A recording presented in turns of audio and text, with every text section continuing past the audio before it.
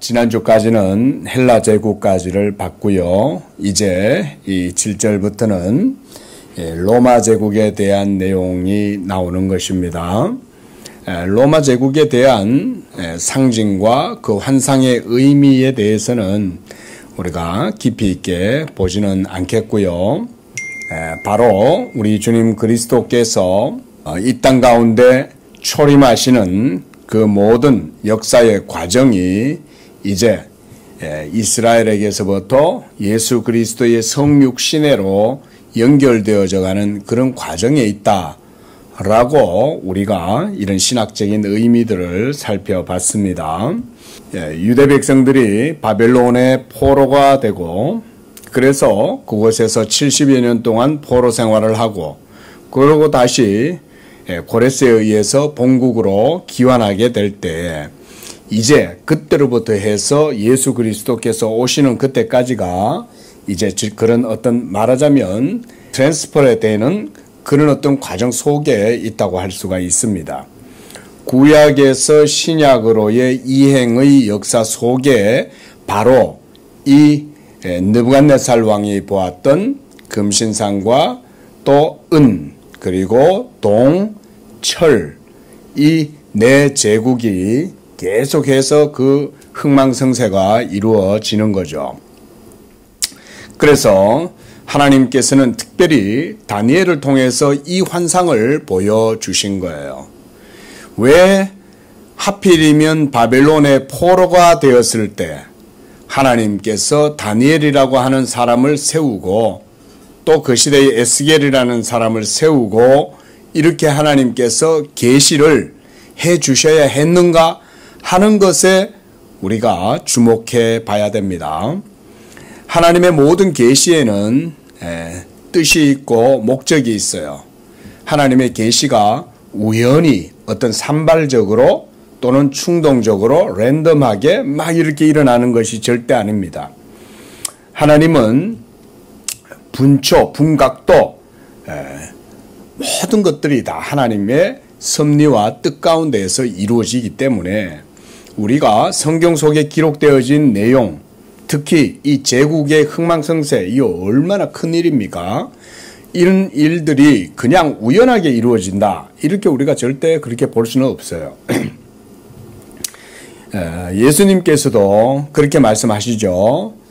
너희의 머리털까지 다 세신 바 되었다. 하나님은 우리의 머리털까지 다 쓴다는 거예요. 오늘 여러분 아침에 머리 샴푸 하시면서 머리털 몇 개 빠지셨어요? 세 보셨어요? 우리 그래도 그것도 못 세죠. 근데 하나님은 우리 두 발, 이 머리털이 얼마나 되는지 하나까지 다 세신다. 또 이런 말씀도 있죠. 예수님께서 너희가 무슨 무익한 말을 하든지 너희가 한 모든 말은 마지막 날 하나님 앞에 다 심판을 받게 될 것이다. 무슨 무익한 말을 하더라도 다 심판받는다. 이 참 우리가 말을 해놓고도 잊어버리잖아요. 그죠? 내가 언제 그랬어? 말해놓고도 우리는 잊어버린다고요? 그런데 하나님은 그 모든 것들을 다 아신다는 얘기인 거죠. 우리가 그냥 흘려 지나가듯이 무심코 내뱉은 그런 말조차도 하나님의 귀에는 다 들린다는 거죠. 그리고 하나님은 그걸 다 아신다는 거죠. 그리고 무엇보다 하나님은 멀리서도 우리의 생각을 아시고 우리의 앉고 일어남을 다 아신다, 통촉하신다. 그렇게 말씀하죠. 자, 이런 성경의 말씀들을 모두 다 정리를 해보면 한마디로 하나님은 한순간도 놓치지 않는 분이라고 결론 지을 수 있겠죠. 자, 그러면 이 바벨론 포로 시대 때 다니엘을 하나님이 세워서 이와 같이 큰 계시들을 나타내 보여주신 것은 분명한 의도와 목적이 있다는 거죠. 그거는 이제 우리 입장에서는 신학적으로 그거를 해명하고 해석하고 이해를 해야 되는 거예요. 그게. 과연 왜 그럴까? 그러면 성경이 이런 것들을 기록하게 된 이유가 뭘까? 왜 하나님은 바벨론과 그리고 메대와 페르시아와 그 다음에 헬라 제국과 그 다음 로마 제국이 이 유대의 멸망 이후에부터 그 제국들의 관심을 가지고 하나님께서 성경의 시선을 그쪽으로 돌리는 것일까? 여기에 관심을 가져야 되겠죠. 그 이전까지는 시선이 모두 다 어디에 집중됐습니까? 유대, 그쵸? 남북 왕국이 분열되고 난 다음부터는 북이스라엘이 먼저 멸망하고 남왕국 유다만 남아 있었던 거죠. 다윗성. 그런데 그 다윗성 예루살렘 성도 무너지고 성전도 회파되고 이렇게 되잖아요. 그러고 나서부터는 모든 백성들이 바벨론으로 이거를 하고 거기에서 포로 생활을 하고 있을 때 이제 하나님의 모든 관심이 바벨론으로 옮겨지죠.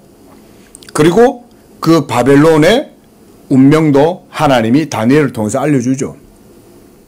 결국 바벨론도 메대와 바사에 의해서 멸망을 당하게 되고 그렇게 한 다음에 또 고레스 이후에 또 이 나라들이 계속해서 또 새롭게 무너지고 새롭게 생겨지고 이렇게 되는 거죠. 왜 이렇게 하냐 이거예요. 왜? 하나님께서 왜 그런 것에 포커스를 두시고 지금 다니엘을 통해 가지고 계속해서 첫째 짐승, 둘째 짐승, 셋째 짐승까지 보고 넷째 짐승까지 계속 그것을 보여주냐? 그게 바로 오늘 이제 9절부터 나오는 하늘의 왕, 하나님의 나라를 보여주기 위해서 그렇게 하시는 거예요. 이런 것들을 이제 성경의 포커스가 거기에 맞춰져 있는 거예요. 이거를 우리가 놓치면 본문의 의미를 제대로 볼 수가 없는 거죠. 자, 그래서 7절부터 8절의 내용을 보면 이 넷째 짐승은 무섭고 놀랍고 매우 강하다. 로마의 특징이죠. 로마가 어마어마하잖아요. 또 하나님의 섭리의 측면에서 보면 이 로마 제국이 태동되고 번성하고 세력을 얻고 헬라 제국이 무너지고 로마가 모든 제국을 다 차지하고 세력이 넓어져 가고 이렇게 함으로써 기독교 복음 전파의 발판이 되었다는 것입니다. 그리고 바로 이 로마 제국이 통치하는 시대에 예수 그리스도께서 탄생하신 거죠. 이것이 이제 중요한 사건이 되는 거예요. 자, 어쨌든 또 새로 된 큰 이가 있다 그랬어요. 자, 우리가 느부갓네살의 꿈에 나타난 그 신상에서 다리 부분과 발 부분은 뭘로 되어 있어요? 철로 되어 있죠. 그 아마 이것은 이제 이 다니엘의 이 환상은 로마 제국에 대한 환상이기 때문에 이 쇠와 관련되어져 있는 거죠. 기본적으로 우리가 철이다라고 하면 강력함이잖아요. 그전에는 청동검이 있었지만 청동검보다 이제 이 금속, 이 철검이 훨씬 더 이제 강력하게 된 거죠. 그리고 큰 이가 있다. 이것은 이제 저는 세력이라고 생각을 합니다. 이 큰 이로 뭐든지 집어삼키잖아요. 로마가 얼마나 세력이 넓어져 갑니까? 부서뜨리죠. 잔혹함을 보여주는 거예요. 여러분 잔혹함을 다 말할 수 없지만 성경에 나오는 표현을 빌자면 이런 거죠. 십자가의 강도가 십자가에서 이제 죄수가 못 박힌 거예요. 근데 이 죄수를 사형을 시킨다고 십자가에 못 박아놨는데 안 죽는 거예요. 그러면 로마인들이 어떻게 하는지 아세요? 가가지고 뼈를 부러뜨리는 거예요. 얼마나 끔찍합니까? 그렇죠? 근데 현대인들의 정서에는 이거 무슨 정말 보기 어려운 성인들조차도 듣고 있기가 정말 이 심약한 사람들은 들으면 큰일 날 정도로 잔인한. 근데 고대에는 그런 게 그냥 크게 신경도 안 쓰는 거예요. 사람 하나 죽는 거 파리 목숨하고 똑같이 여겨요, 진짜. 파리 목숨보다 더 별거 아닌 것처럼 취급하고 그런 게 고대의 잔악함이었죠. 그나마 우리가 뭐 현대인이다 이렇게 하는 건 사실은 얼마 안 되잖아요. 예? 그러니 벌써 2000년, 2500년 그 전이면 뭐 어땠겠어요. 예, 세상이.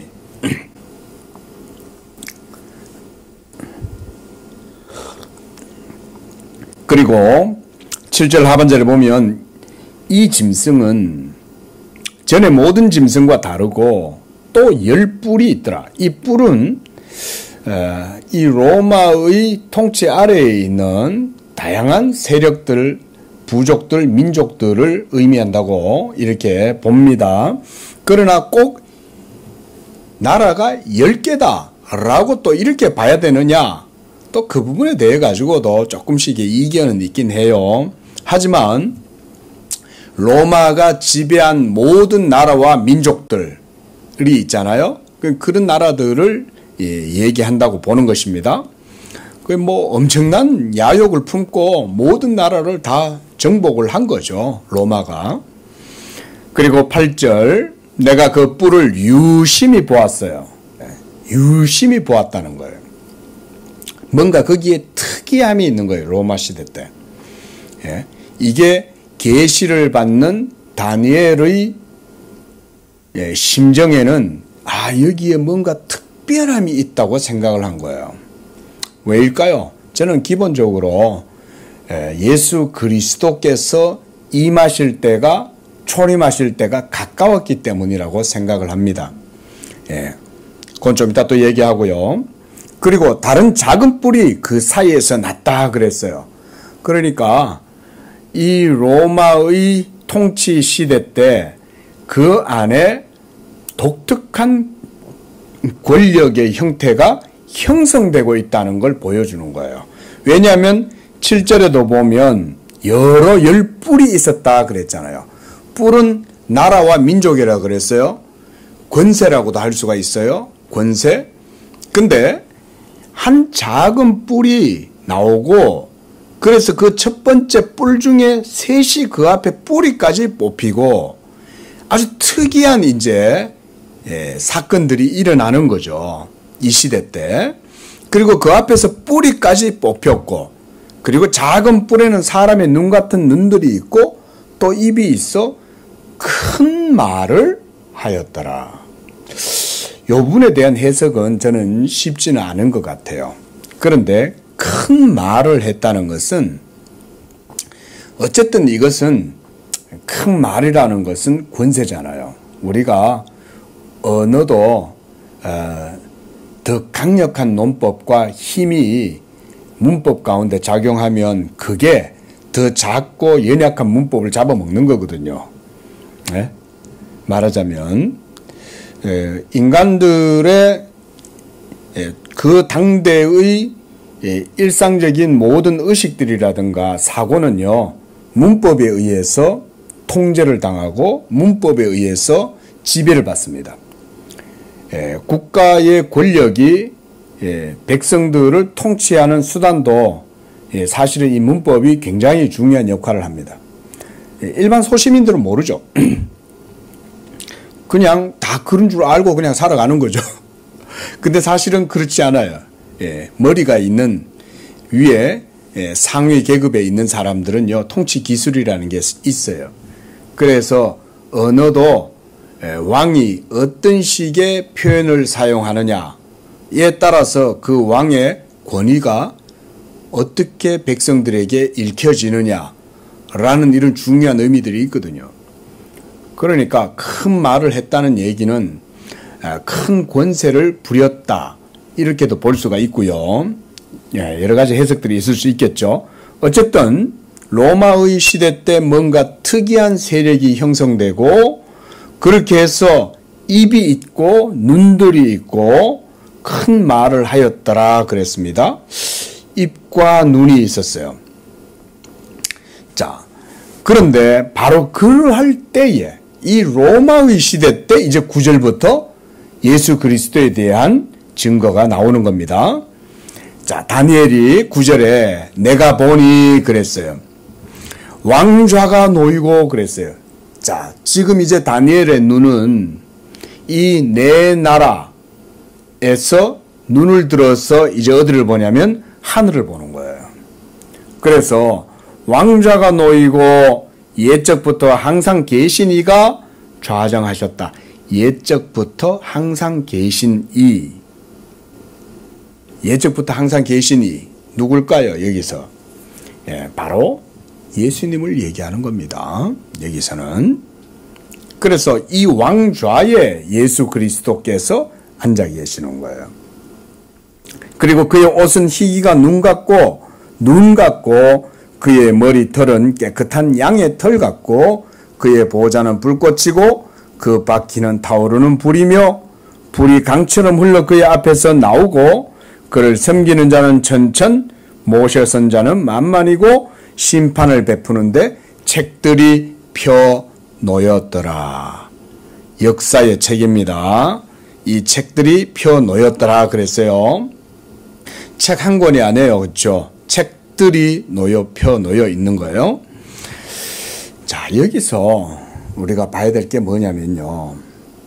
과연 이 장면, 하늘을 보니까 왕좌가 있고 거기에 좌정하신 이가 예적부터 계신 이가 거기에 좌정해 계시는데 그의 형상은 불 같고 그 밑에는 막 불이 강처럼 흘러내리고 또 그분 앞에서는 하늘에 천군 천사들이 둘러서서 서 있고 그리고 그 하나님 앞에 심판의 책들이 놓여져 있더라.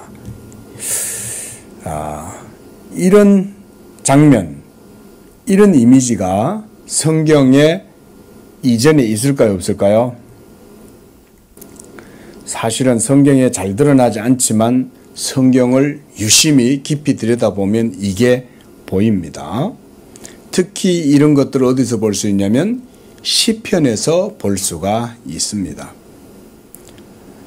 그리고 바로 이런 장면 자체가 뭘 보여주냐면 언약의 구도를 보여주는 거예요. 언약의 구도를. 자, 여러분 이거 아마 들으면 생소한 분들 적지 않으실 거예요. 이게 무슨 얘기냐? 이 장면이 그냥 예수님이 앉아 있다 그러고 그리고 뭐 예수님은 이렇게 참 두렵고 의미로운 분이고 그분은 불 같은 또 그 앞에는 막 불 같은 강이 막 흘러내릴 정도로 어마어마한 분이구나. 뭐 이 정도 아닌가? 예. 이 정도로만 보고 넘어가면 좀 더 깊이 있게는 못 봐요. 자, 왕좌라고 하는 걸 한번 생각해 보세요. 하나님의 보좌에 왕좌가 있다는 내용이 어디에 나와요? 이거는 그 이전에는 시편에서만 볼 수 있어요.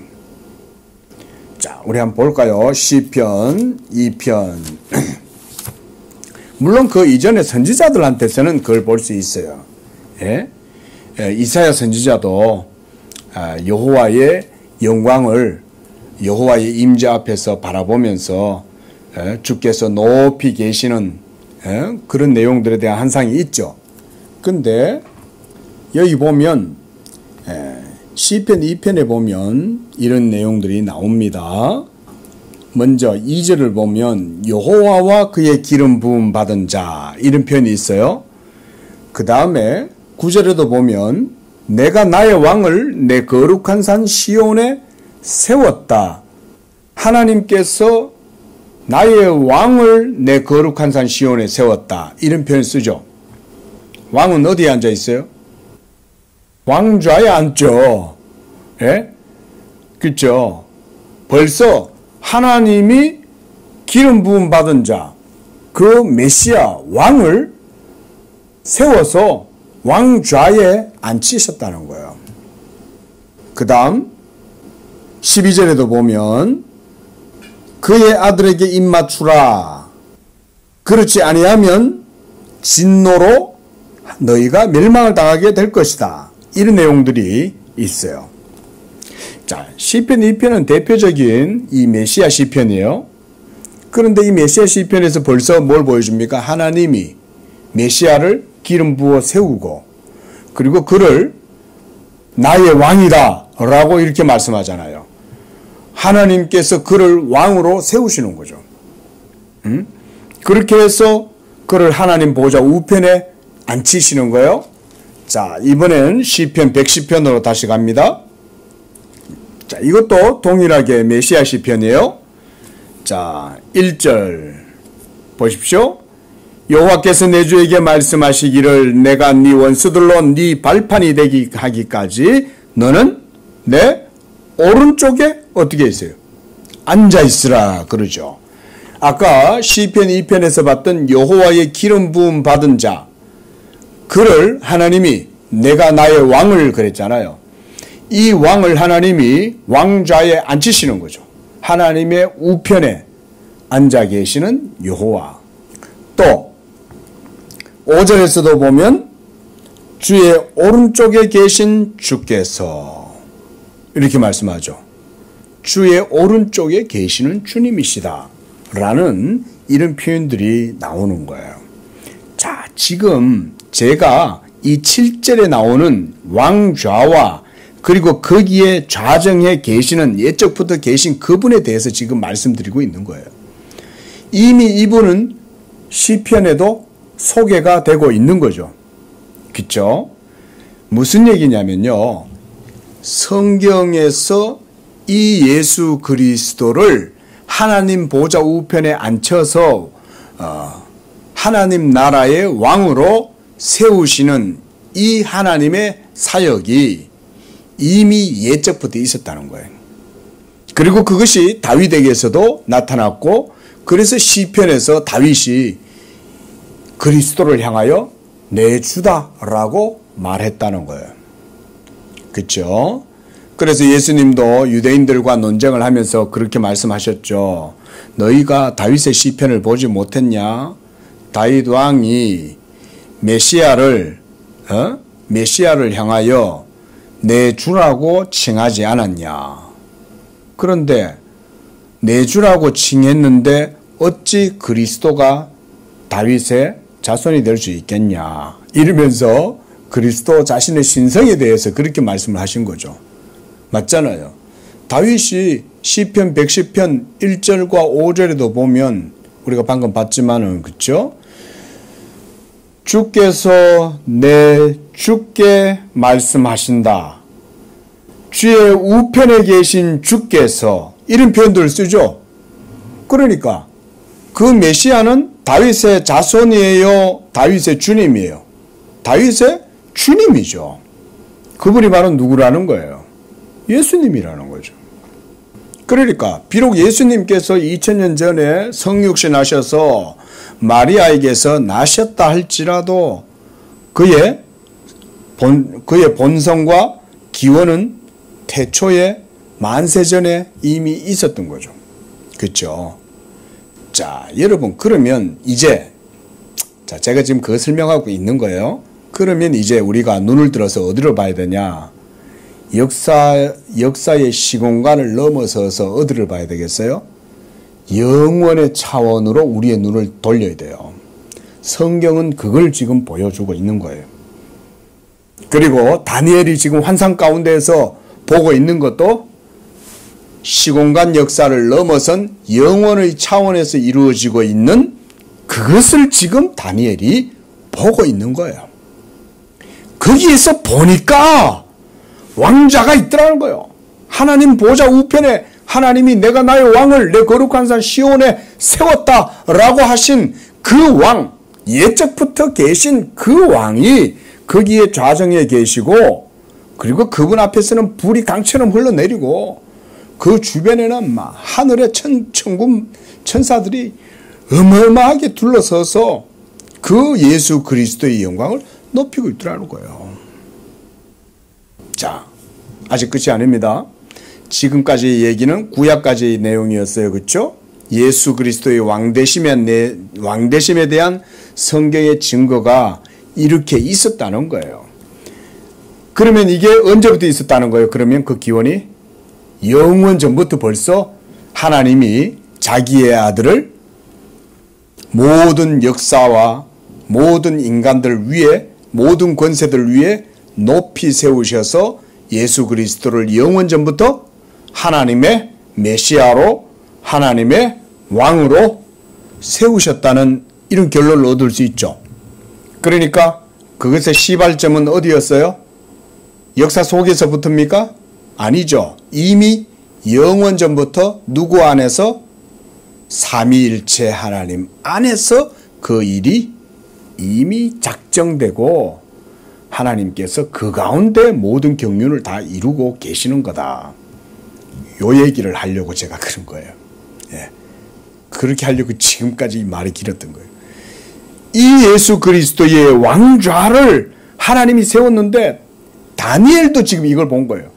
앞서서 시편에서 다윗도 하나님 보좌 우편에 계신 여호와의 영광을 보았지만 다니엘도 지금 그 여호와의 영광을 보는데 묘사가 어때요? 더 구체적이죠. 다윗 시대보다 다니엘의 시대가 예수 그리스도의 시대와 어떻게 하니까? 더 가깝기 때문에. 다윗 시대 때는 아직 예수 그리스도 때 시대까지는 거리가 멀어요. 그런데 다니엘 시대 때는 지금 어때요? 이제 곧 예수님 오시죠. 우리가 종교개혁 500주년이 벌써 많이 지났어요. 근데 보세요. 종교개혁 500주년이 지나도 우리는 존 칼빈 이러면서 막 그렇게 칼빈에 대해서 얘기한단 말이에요. 예? 근데 다니엘과 예수님 시대 사이에 400년 정도밖에 안 돼요. 물론 400년 좀 더 되죠. 그 정도 시대인 거예요. 조선 역사 500년 조선의 역사다. 그럼 별거 안 되죠. 그렇죠. 사실은 다니엘의 시대부터 예수님이 오시는 그 시기가 사실은 얼마 안 남은 거예요. 그러니까 다니엘한테 이 예수님이 더 분명하게 나타나는 거예요. 점점점 가까워 오는 거죠. 제가 어제 어떤 다른 지역에 잠깐 있었는데 이 서울 하늘을 보니까 서울 하늘에는 막 먹구름이 막 엄청나게 일어나고 번개가 치고 우박이 내렸다 그래요. 근데 제가 있는 지역에서는 멀리 보니까 그 너머에 하늘에 번개가 막 치더라고요. 근데 제가 있는 곳에는 하늘이 맑았어요. 맑았는데 서울 쪽 방향에는 뭉게구름이 어마어마하게 올라오면서 번개가 막 치고 우박이 내리고 그러더라고요. 근데 제가 있는 지역은 거리가 멀지만 우박 가까이 있는 사람들, 그 구름 아래에 있던 사람들은 그 구름을 직접 겪은 거죠. 그렇죠? 뭔 얘기냐면 다윗의 시대는 하나님의 영원하신 말씀이 성육신 하시는 때가 가까워 올 때 이 예수 그리스도의 영광이 더 구체적으로 보였다는 거예요. 그리고 바로 예적부터 계신 그 이가 하나님 보좌 우편의 자정에 계시는데 이런 것들이 뭘 보여주냐? 결론적으로 하나님의 언약의 구도, 영원전부터 삼위 하나님 안에 있었던 신적인 협약과 작정, 그것을 보여준다 이거예요. 이게 다니엘도 지금 그 하나님의 언약에 대한 비전을 지금 보고 있는 거예요. 자, 제가 이제 마지막이라 그랬어요. 마지막으로 그렇다면 신약의 시대 때는 어떨까요? 지금까지 제가 구약 속에서 보는 내용들이라 그랬어요. 신약에서 이런 언약적 비전이 신약 속에도 그럼 있어야 되겠죠. 그죠? 왜냐하면 신약은 구약의 성취니까 당연히 신약 속에도 나타나야죠. 그럼 한번 봅시다. 이런 것들이 신약 성경 속에 나타나는지. 그러면 성취됐다는 거 알 수 있겠죠. 여러 군데 있어요. 특히 사도행전에 주로 많이 나오고요. 그 다음 사도 바울의 서신에도 이런 내용들은 아주 중요한 내용들이에요. 왜냐하면 예수 그리스도의 영광이잖아요.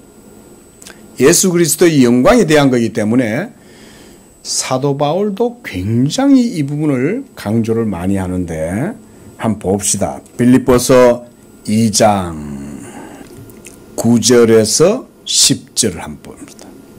11절까지. 자, 시작. 이름으로 하나님이 그를 지극히 높여 모든 이름 위에 뛰어난 이름을 주사 하늘에 있는 자들과 땅에 있는 자들과 땅 아래에 있는 자들로 모든 무릎을 예수의 이름에 꿇게 하시고 모든 입으로 예수 그리스도를 주라 시인하여 하나님 아버지께 영광을 돌리게 하셨느니라. 대표적으로 이 성경 구절을 많이 들어요. 사도행전에도 이런 표현들이 있습니다. 한마디로 어떤 표현들이냐면 하나님이 예수를 높이셨다는 거예요.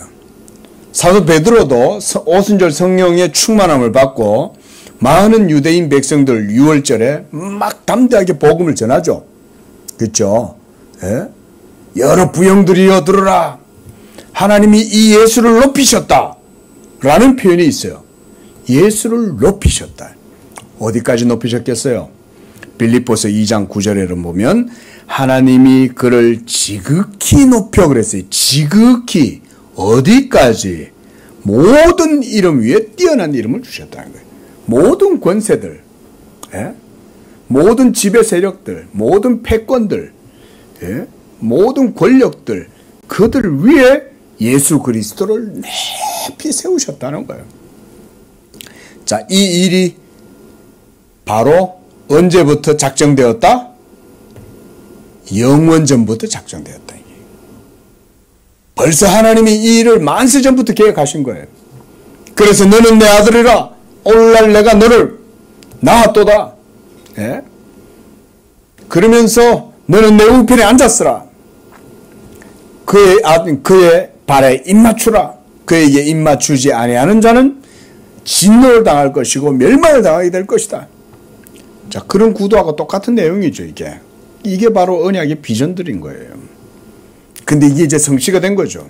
예수 그리스도께서 십자가로 하나님의 모든 율법의 뜻을 완성하고 마침이 되시자 하나님께서 이 예수 그리스도를 지극히 높이신 거예요. 그래서 그 바로 앞에 6절부터 8절까지가 그리스도의 낮아지신 사역을 얘기하는 거예요.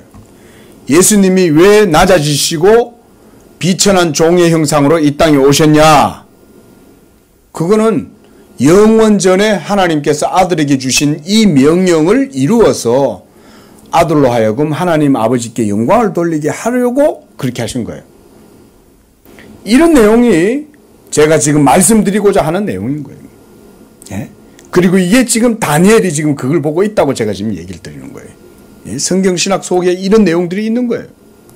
그래서 7절에도 보면 그는 본체시나 하나님과 동등함을 취할 것을 여기지 아니하고 자기를 비워 종의 형체를 가지사 사람들과 같이 되어서 사람의 모양으로 자기를 낮추시고 죽기까지 복종하셨으니 곧 십자가의 죽으심이라.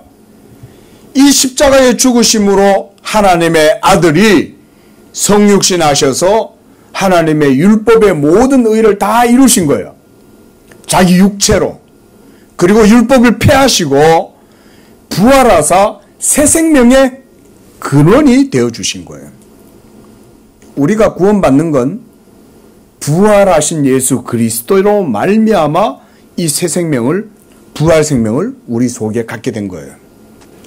그리고 무엇보다 하나님께서 이 예수를 지극히 높이셨다는 거예요.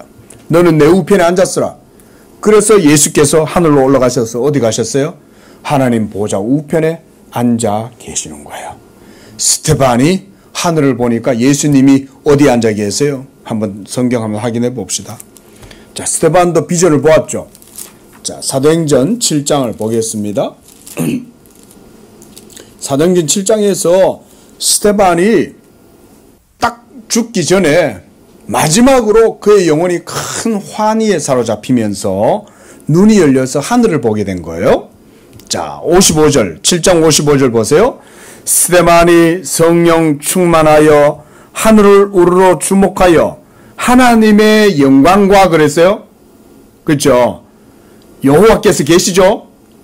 하나님의 영광. 그 다음 및 예수께서 하나님 우편에 서신 것을 보노라 이렇게 말하는 거예요. 하나님의 영광과 그리고 하나님 우편에 예수 그리스도께서 서 계신 것을 보노라. 그리고 56절에도 이렇게 말하죠. 보라, 하늘이 열리고 인자가 하나님 우편에 서신 것을 보노라 그러는 거예요. 자, 여러분, 우리가 눈을 열어서 하늘의 비전을 보면 하늘의 이상 가운데 여호와가 둘 계시는 거예요. 한 여호와는 성부 하나님이시요, 한 여호와는 기름 부음 받은 종 하나님의 왕 예수 그리스도신 거예요. 예? 이 예수 그리스도를 하나님께서 만세전부터 택하시고 그를 하나님의 왕으로 세우셔서 하셨는데, 때가 참에 이 세상에 오셔서 자기를 낮추시고 종의 형체를 취하셔서 십자가에서 죽기까지 순종하셔서 하나님의 율법의 모든 의를 아들이 자기 육체로 다 담당하시는 거예요. 그러고 나자 하나님이 어떻게 하셨어요? 그러고 나자 이름으로, 이런 말이에요. 그러므로 하나님이 그로 말미암아 아들을 지극히 높여서 모든 이름 위에 뛰어난 이름이 되게 하고 그에게 심판의 권세뿐 아니라 모든 세계와 하늘에 있는 것들과 땅에 있는 것들과 땅 아래 물속에 있는 온 천지 만물이 모두가 다 예수의 이름에 무릎을 꿇게 했다. 이런 내용을 지금 다니엘이 보고 있다. 제가 성경신학적인 내용을 설명을 드렸는데요. 이런 것들을 이해를 하고 이런 내용을 봐야 돼요. 안 그러면 이게 뭔가 분명히 뭔 의미가 있긴 한데 이게 뭔지도 모르고 그냥 넘어가는 거예요. 근데 제가 지금 오늘 설명을 다 해드린 거예요. 자, 다시 한번 정리해 봅시다. 영원전부터 삼위일체 하나님 안에 아버지께서 자기 아들 제2위 예수 그리스도 성자를 기름 부으시고 그래서 그를 메시아로 택정하여 세우신 거죠. 그래서 베드로도 하나님께서 예정하신 그리스도를 보내셨다 그랬어요. 그리고 이 예수 그리스도는 모든 구약의 역사 속에서 항상 언약의 사자로 역사하셨어요. 그리고 이 예수 그리스도가 바로 다윗의 주님이셨던 거예요.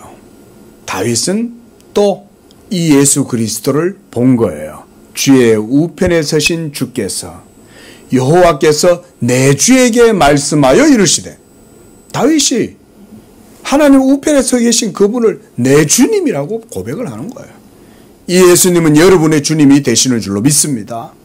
똑같이 우리도 이렇게 고백하는 거예요. 지금 다니엘도 하나님 보호자 우편에 계신 그분을 지금 보고 있는 거예요. 그리고 그가 왕좌의 좌정에 계신다는 것을 묘사하고 있는 거예요. 이 예수 그리스도는 범접할 수 없는 분이고 너무나 두려운 형상을 가지고 계신 분인 거예요. 그래서 옷은 희기가 눈 같고 그의 머리는 흰 양털 같고 그 보좌는 불꽃이다 그래요. 보좌가. 근데 불꽃인데 그 보좌에 예수님이 앉아 계시는 거죠. 예? 예수님 자신이 사실은 불이시죠. 불꽃이니까. 불이니까. 그리고 그 박히는 타오르는 불이요. 불이 강처럼 흘러서 그의 앞에서 나온다. 이 말은 예수 그리스도의 주권과 통치가 역사 가운데 이런 형태로 드러난다. 저는 이렇게 해석을 해요. 왜냐하면 강은 우리가 역사의 대하다 이렇게 말하잖아요. 그리고 또 대하 드라마 이런 표현도 쓰는데 큰 역사의 물줄기가 예수 그리스도 앞에서 흘러나오는 거죠. 근데 예수 그리스도께서 바로 그 위에 보좌에 앉아 계시는 거죠. 그 밑으로 역사의 대하가 흘러내리는데 문제는 뭐냐면 그 역사가 불의 역사를 불이 통치하시니 역사가 다 불타는 거지. 그러면 그 속에 남아있는 모든 죄악되고 반란의 세력들, 하나님을 대적하는 세력들은 어떻게 되겠어요? 그 불에 모두 소멸되겠죠. 그걸 모든 그런 잔당들, 악한 세력들을 심판하시는 분이 누구라는 거예요? 하나님의 왕, 메시아, 예수 그리스도가 그 심판의 역사를 행하신다. 그래서 그분 앞에 많은 책들이, 심판의 책들이 놓여 있더라는 거예요. 이 책은 그러니까 심판의 기준이 되는 책인 거예요. 거기에는 모든 역사가 다 기록되어져 있는 거죠. 예. 아까도 제가 그런 말씀했다시피 하나님은 우리가 무슨 무익한 말을 하더라도 다 아신다 그랬잖아요. 하나님의 역사의 책에 다 기록되어져 있는 거예요. 자, 오늘은 여기까지 보고요. 네, 다음 주 좀 더 보겠습니다. 기도하겠습니다. 자비로우신 하나님 아버지, 지금도 역사의 주권자이신 주 예수께서 하나님 보좌 우편에 앉아 계시면서 모든 것을 통치하시고 그 뜻대로 이루어 나가시는 줄로 믿습니다.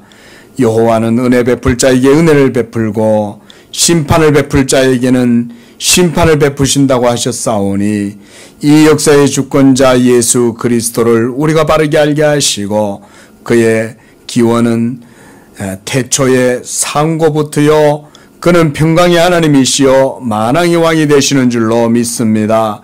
그의 어깨에는 정사를 메었고 그의 이름은 평강의 왕이요 자비의 하나님이신 줄로 믿습니다. 이 예수 그리스도가 바벨론의 포로의 포로로 하나님 가 있는 모든 백성들을 내버려 두지 아니하시고 여전히 그들 가운데 역사하시며 그들의 모든 길을 인도하고 계셨다는 것을 우리가 이 말씀을 통해서 봅니다. 지금도 여전히 주님께서는 주의 이름으로 일컫는 모든 신약의 교회와 성도들 가운데에도 그와 같이 함께 하시고 불꽃 같은 하나님께서 역사하셔서 모든 일들을 행하시고 주의 뜻을 세워가시는 줄로 믿습니다. 거룩하신 예수님의 이름으로 기도합니다. 아멘.